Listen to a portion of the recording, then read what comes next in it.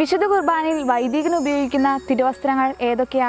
വിശുദ്ധ കുർബാന അർപ്പിക്കുന്നതിനൊരുക്കമായി വൈദികൻ തൻ്റെ ലോഹയ്ക്ക് മുകളിൽ ധരിക്കുന്ന ആദ്യത്തെ കുപ്പായമാണ് കൊത്തീന എന്ന പേരിൽ അറിയപ്പെടുന്നത്. ഇത് ക്രിസ്തുവിനെ ധരിക്കുന്നതിൻ്റെ പ്രതീകമാണ്. ക്രിസ്തുവിൻ്റെ സ്ഥാനത്ത് നിന്ന് പുരോഹിത ശുശ്രൂഷ ചെയ്യുന്നതിൻ്റെ പ്രതീകമായാണ് വൈദികൻ കൊത്തീന ധരിക്കുന്നത്. കൊത്തീനയുടെ മുകളിലാണ് അരയിൽ കെട്ടുന്ന സൂനാറ വരുന്നത്. സൂനാറ ശുദ്ധതയുടെ പ്രതീകമാണ്.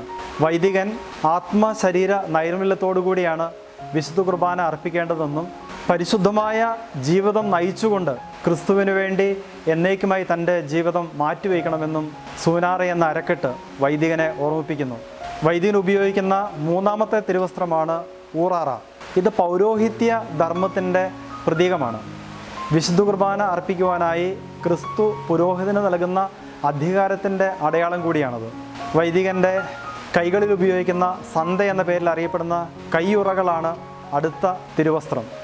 ഒരുക്കത്തോടുകൂടി ദിവ്യരഹസ്യങ്ങൾ പരികർമ്മം ചെയ്യണമെന്ന് ഇത് വൈദികനെ ഓർമ്മിപ്പിക്കുന്നു. ഏറ്റവും പുറമെ വൈദികൻ ധരിക്കുന്ന വിശുദ്ധ വസ്ത്രമാണ് പൈന അല്ലെങ്കിൽ കാപ്പ എന്ന പേരിൽ അറിയപ്പെടുന്നത്. നീതിയുടെ വസ്ത്രം എന്ന പേരിലാണ് ഈ തിരുവസ്ത്രം അറിയപ്പെടുന്നത്. ഈ വസ്ത്രം ധരിക്കുന്ന വൈദികൻ എല്ലാ നന്മകളുടെയും പുണ്യങ്ങളുടെയും ഉറവിടമായിരിക്കണമെന്ന് ഇത് വൈദികനെ സൂചിപ്പിക്കുന്നു. പഴയ നിയമ കാലഘട്ടങ്ങളിൽ ആട്ടിടയന്മാർ ഏറ്റവും പുറമേ ധരിച്ചിരുന്ന വസ്ത്രമായിരുന്നു പൈന. അത് ഇടയധർമ്മത്തിൻ്റെ പ്രതീകം കൂടിയാണ്. വൈദികൻ ജീവിക്കേണ്ട ഇടയധർമ്മത്തിൻ്റെ ഒരു സൂചന കൂടി പൈന എന്ന തിരുവസ്ത്രം അദ്ദേഹത്തെ ഓർമ്മിപ്പിക്കുന്നു.